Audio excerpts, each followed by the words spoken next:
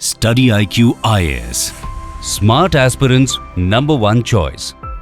नमस्कार साथियों, मैं हूं डॉक्टर पंकज मिश्रा और बहुत बहुत स्वागत है आपका स्टडी IQ IAS हिंदी पर। दोस्तों, सार्वजनिक नीति के रंगमंच पर हमें अक्सर एक दोषहीन और चमचमाती हुई पटकथा बेची जाती है, लेकिन कोई भी मंझा हुआ आलोचक आपको यह बताएगा कि समस्या कहानी में नहीं होती, अक्सर समस्या उसके प्रोडक्शन की क्वालिटी में और जमीनी हकीकत में होती है। आज कल्पना नहीं, आंकड़ों से शुरुआत करते हैं। E20 ईंधन जो भारत में 20% एथेनॉल मिक्स्ड पेट्रोल बेचने की बात की जा रही है, वो राष्ट्रीय स्तर पर लागू हो चुका है। सरकार का दावा अकाटे लगता है कि तेल आयात का बिल कम होगा, विदेशी मुद्रा बचेगी, किसानों की आय बढ़ेगी और पर्यावरण भी स्वच्छ होगा। लेकिन यह एक ऐसी त्रिवेणी है जिसका विरोध कोई समझदार व्यक्ति नहीं कर सकता। अब आता है बड़ा मुद्दा कि इसी बीच दो ऐसी खबरें आती हैं जो इस चमचमाती नीति के पीछे की हेडलाइंस के पीछे छिपे हुए फाइन प्रिंट को उजागर कर देती हैं। तो साथियों, कान खोलकर सुनिएगा। पहली खबर जो है वह लोकल सर्कल्स के एक व्यापक राष्ट्रव्यापी सर्वे से आती है। इस सर्वे में कोई छोटा मोटा आंकड़ा नहीं, बल्कि पूरे देश के 56% वाहन मालिकों ने सीधे तौर पर शिकायत की है कि जैसे ही उनकी गाड़ियों में यह नया E20 फ्यूल डाला गया, उनका माइलेज धड़ाम से नीचे गिर गया। और दूसरी खबर सीधे आपकी जेब पर डाका डालने वाली है कि एक इंश्योरेंस कंपनी या इंश्योरेंस कंट्रोवर्सी को लेकर के है। सोशल मीडिया पर एक ऐसा दावा नल की तरह फैला कि यदि आपकी पुरानी गाड़ी E20 अनुकूल नहीं है, कंपेटेबल नहीं है, तो और अगर आपने अपनी गाड़ी में E20 ईंधन डलवा लिया है, भरवा लिया है, तो इंजन खराब होने की स्थिति में आपकी इंश्योरेंस कंपनी आपके क्लेम को सीधे रद्दी की टोकरी में फेंक सकती है। तो अब सवाल यह उठता है कि क्या E20 फ्यूल भारत की वास्तविक ग्रीन रेवोल्यूशन है, हरित क्रांति है, या फिर यह देश के करोड़ों पुराने वाहन मालिकों पर एक ऐसी पॉलिसी प्रेरित वित्तीय जोखिम है जो छिपे हुए टैक्स के रूप में हमसे वसूल की जा रही है। और सबसे बड़ा यक्ष प्रश्न यह है कि अगर इस ईंधन से आपकी गाड़ी का इंजन धीरे धीरे अंदर खोखला हो गया, तो उसका हर्जाना कौन भरेगा? आप, आपकी इंश्योरेंस कंपनी, या फिर सरकार?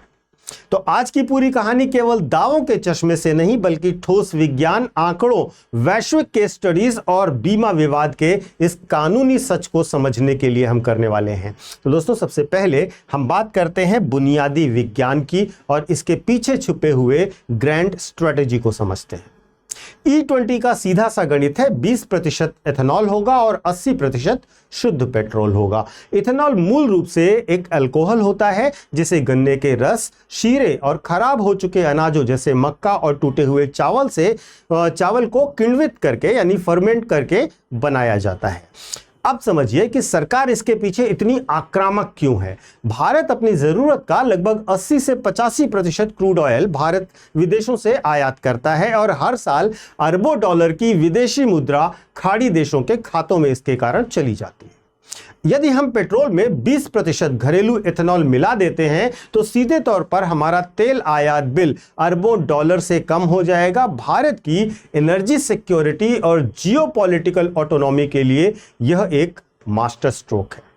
सरकार का मुख्य लक्ष्य बिल्कुल ही स्पष्ट है। उन्होंने बिल्कुल क्लियर बताया हुआ है कि क्रूड ऑयल इंपोर्ट को कम करना है, जिससे विदेशी मुद्रा की बचत हो, और कार्बन एमिशन को भी घटाना है। हाइड्रोकार्बन के मुकाबले इथेनॉल एक स्वच्छ ईंधन माना जाता है, जिसे टेल पाइप उत्सर्जन कम होता है।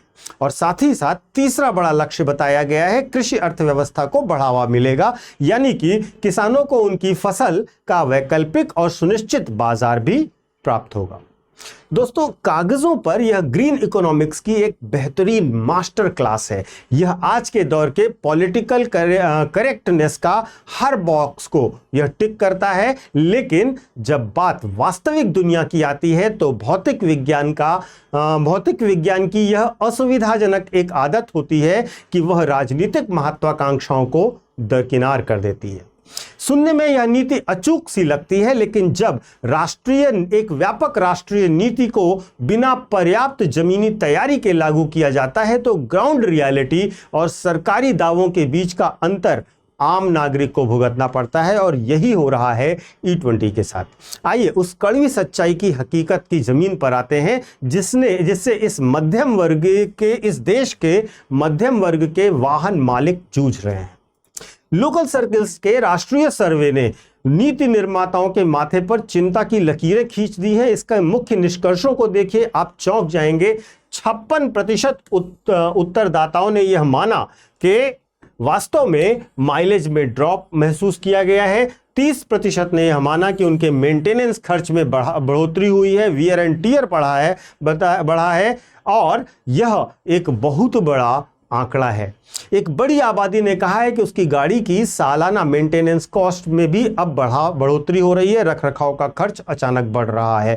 तो अब हमारे कई मित्र कहेंगे कि भाई यह तो सिर्फ लोगों का भ्रम हो सकता है, सरकारी लैब तो कुछ और कहती है। तो साथियों जरा विज्ञान की किताब खोलते हैं और विज्ञान के नजरिए से इसको देखते हैं। तो इथेनॉल की बहुत बेसिक सी बात है कि एनर्जी डेंसिटी यानी कि ऊर्जा घनत्व शुद्ध पेट्रोल की तुलना में करीब 1/3 होता है, यानी कि 33% से भी कम होता है। इसका सीधा सा मतलब यह है कि 1 लीटर इथेनॉल जलाने से उतनी ऊर्जा पैदा नहीं हो सकती जितना 1 लीटर शुद्ध पेट्रोल को जलाने से होती है।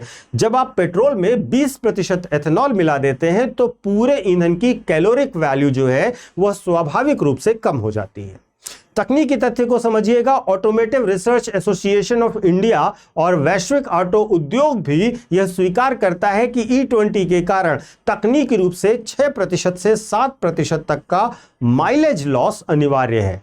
लेकिन भारत की सड़कों पर यह गिरावट 10 से 15% महसूस की जा रही है। इसका कारण यह है कि माइलेज केवल इंजन पर निर्भर नहीं करता, यह इस बात पर भी निर्भर करता है कि आपका इंजन उस ईंधन को कितनी कुशलता से संभाल पा रहा है। और यहीं से शुरू होता है असली विवाद, पुराने इंजनों की लाचारी का मामला। तो साथियों, प्रगति कभी भी उन लोगों के लिए एक बिना मुआवजे वाली देनदारी नहीं बननी चाहिए जो व्यवस्था में पहले से मौजूद हैं। आप देश के ईंधन को तो अपग्रेड कर सकते हैं, लेकिन कल के टैक्स पेयर को कल की टेक्नोलॉजी के भरोसे के आधार में छोड़ नहीं सकते। सबसे बड़ी समस्या केवल माइलेज की कमी या कुछ रुपयों का नुकसान नहीं है। असली चिंता है आपके इंजन का long term architectural damage. Bharat की सड़कों पर दौड़ने वाले करोड़ों वाहन, विशेष रूप से जो अप्रैल 2023 यानी कि BS फेज 2 लागू होने के पहले बने थे, वे E20 ईंधन के लिए डिजाइन ही नहीं किए गए थे। वे अधिकतम E5 या E10 के अनुकूल हो सकते थे। रसायन विज्ञान के नजरिए से इथेनॉल की 3 सबसे घातक स्वभाव को समझिएगा जो पुराने इंजनों के लिए जहर के समान होते हैं। पहला है हाइग्रोस्कोपिक नेचर यानी कि आर्द्रता ग्राही गुण। इथेनॉल हवा से नमी को सोखता है। जब गाड़ी खड़ी होती है तो टैंक के भीतर ईंधन और पानी का अलगाव हो जाता है। यह पानी सीधे आपके फ्यूल इंजेक्टर्स और इंजन सिलेंडर्स में पहुंच जाता है। दूसरा कोरोसिव प्रॉपर्टी होती है। एथेनॉल एल्यूमिनियम, लोहे और अन्य धातुओं को जंग लगने की रफ्तार को कई गुना तेज कर देता है। और तीसरा जो होती है वो होता है इलास्टोमर डिग्रेडेशन, यानी कि पुराने वाहनों में इस्तेमाल होने वाले पारंपरिक रबर सील्स और फ्यूल लाइंस इथेनॉल के संपर्क में आते ही गलने या सख्त होकर टूटने शुरू हो जाते हैं। तो साथियों, यह बात हवाई नहीं हो रही है। जून 2026 की इस पूरी कंट्रोवर्सी की जड़ में भारत की दिग्गज बीमा कंपनी ICICI लोम्बार्ड का एक आधिकारिक ब्लॉग आया था। इस शुरुआती तकनीक लेख में उन्होंने खुद यह चेतावनी दी थी कि उपभोक्ताओं को E20 कंपैटिबल और नॉन कंपैटिबल वाहनों के बीच के बारीक अंतर को समझना होगा, क्योंकि गलत ईंधन का इस्तेमाल इंजन को स्थायी रूप से ठप कर सकता है। और जैसे ही यह बात पब्लिक डोमेन में आई, पूरे देश के वाहन मालिकों के कान खड़े हो गए।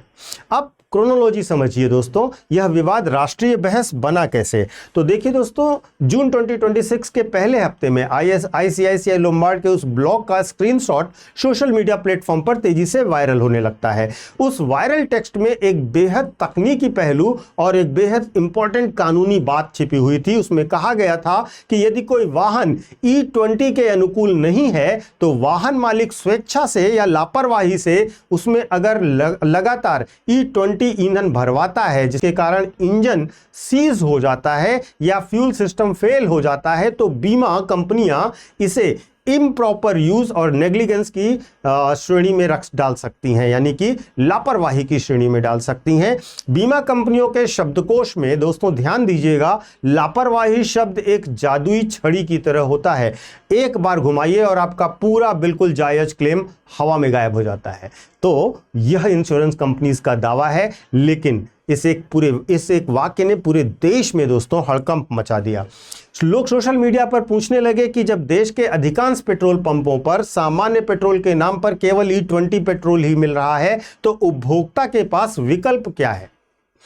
क्या अपनी गाड़ी का में उपलब्ध ईंधन भरवाना कानूनी रूप से लापरवाही माना जा सकता है? क्या सरकार की इस महत्वाकांक्षी नीति की आड़ में बीमा कंपनियां अपने दावों के भुगतान से बचने का रास्ता भी खोज रही हैं क्या?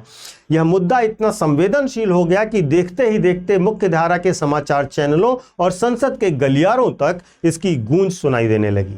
साथियों, जब पानी सर के ऊपर चला गया ना, तो सोशल मीडिया के इसके बायकॉट के ट्रेंड चलने लग गए। तब जाकर बीमा कंपनी को डैमेज कंट्रोल के लिए सामने आना पड़ा।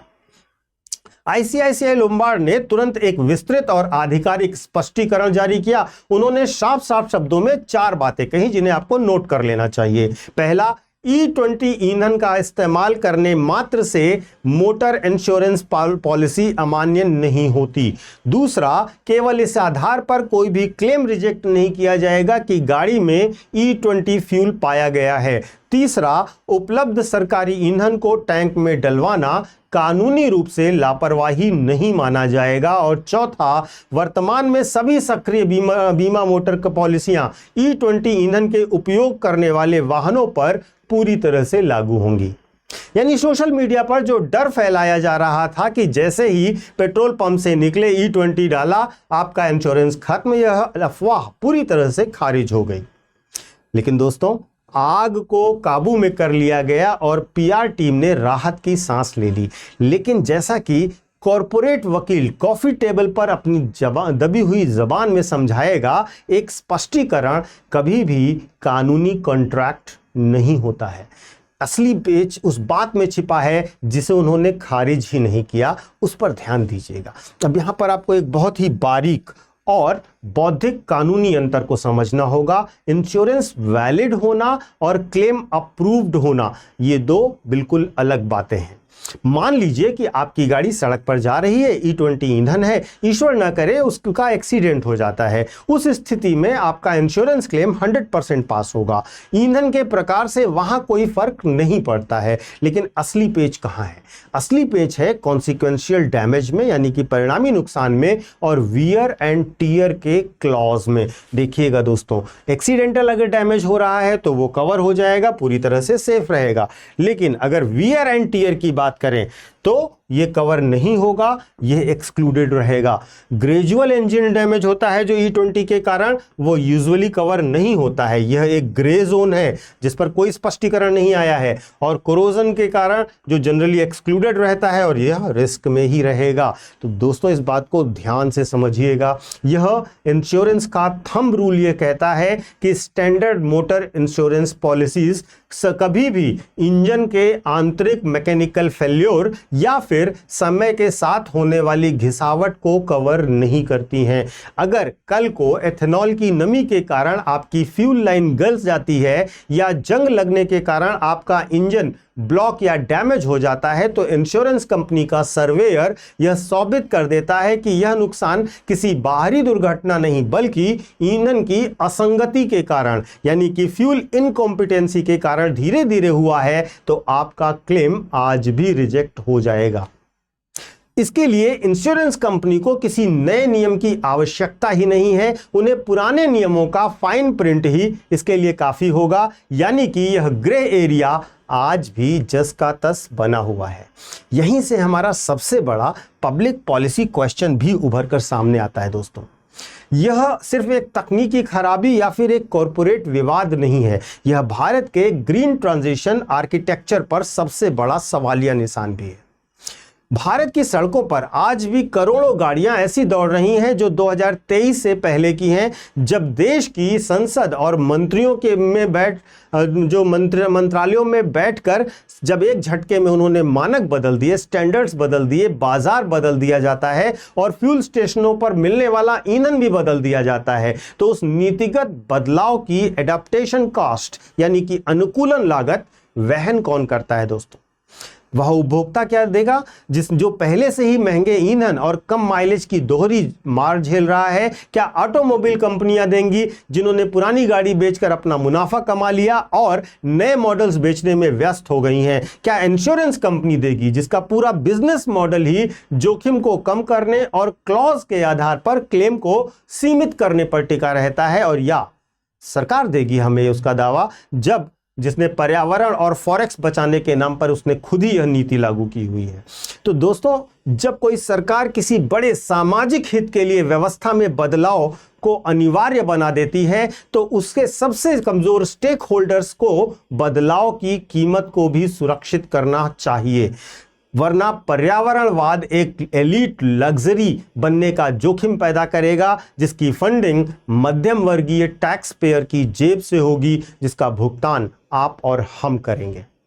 E20 ईंधन भारत की दीर्घकालीन आर्थिक, स्वास्थ्य और भू राजनीतिक सुरक्षा के लिए निसंदेह बहुत आवश्यक हो सकता है दोस्तों। यह हमारे कच्चे तेल के आयात की बिल को कम कर रहा है, यह हमारी विदेशी मुद्रा की रक्षा भी कर रहा है, यह हमारे देश के अन्नदाता किसानों के लिए ऊर्जादाता बन रहा है। लेकिन लोकल सर्कल्स का सर्वे हमें यह याद दिलाता है कि नीतियों की सफलता मंत्रालयों की फाइलों में नहीं बल्कि जमीन पर दौड़ती हुई गाड़ियों के माइलेज से नापी जाती हैं। और इंश्योरेंस विवाद में हमें यह सचेत होना चाहिए कि जब तक आप व्यवस्था में व्याप्त ग्रे एरिया साफ नहीं करेंगे तब तक आम नागरिक खुद को ठगा हुआ ही महसूस करेगा। इसीलिए आज का सबसे बड़ा और सबसे गंभीर विश्लेषण यह नहीं है कि इथेनॉल का मिक्स अच्छा है या बुरा है। आज का सबसे बड़ा सवाल यह है साथियों कि क्या भारत अपने ग्रीन फ्यूल ट्रांजिशन की पूरी कीमत आम मध्यम वर्गीय वाहन मालिकों के जेब से वसूल करने जा रहा है? क्या यह नीतिगत बदलाव समावेशी है या फिर यह जल्दबाजी में उठाया गया एक ऐसा कदम है जिसके साइड इफेक्ट्स का आकलन या तो हम करना भूल गए या हम मान चुके हैं कि इसको पे करेगा मिडिल क्लास?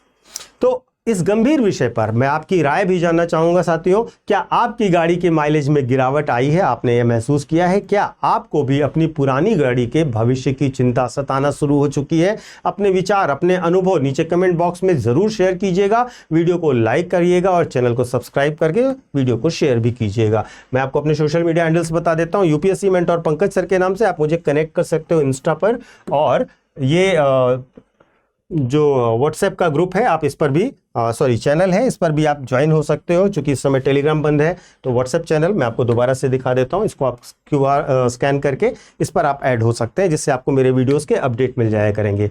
जो बच्चे यूपीएससी की तैयारी करना चाहते हैं, अगर उनका लक्ष्य 2027, 28 या 29 है तो वे हमारे बैचेस से जुड़ सकते हैं। हमारे बैचेस में 18 जून तक एक बड़ा ऑफर दिया जा रहा है जहां पर आपको 50% फीस में डिस्काउंट दिया जा रहा है। हमारे सारे बैचेस स्मार्ट मॉडल पर आधारित है, जहां पर आपको structured classes, mentorship, assessment, revision और टेस्ट की फैसिलिटी मिलेगी। तो देर मत कीजिए दोस्तों, एक सुनहरा मौका है। आपको आधी फीस पर पूरा कोर्स दिया जा रहा है। कोर्स की डिटेल्स आप डिस्क्रिप्शन बॉक्स में दिए गए लिंक पर जाकर या हमारे ऐप या वेबसाइट पर जाकर देख सकते हैं। वहां पर आपको डेमो क्लासेस भी मिलेंगे, उन्हें भी जरूर देखिएगा। और कोर्स खरीदने से पहले एक कोड याद रखिए, PK Live। ये मेरा फैकल्टी कोड है। इस कोड को लगाते ही आपको यह 50% का डिस्काउंट वैलिड हो जाएगा स्टडी IQ के प्रत्येक कोर्स पर।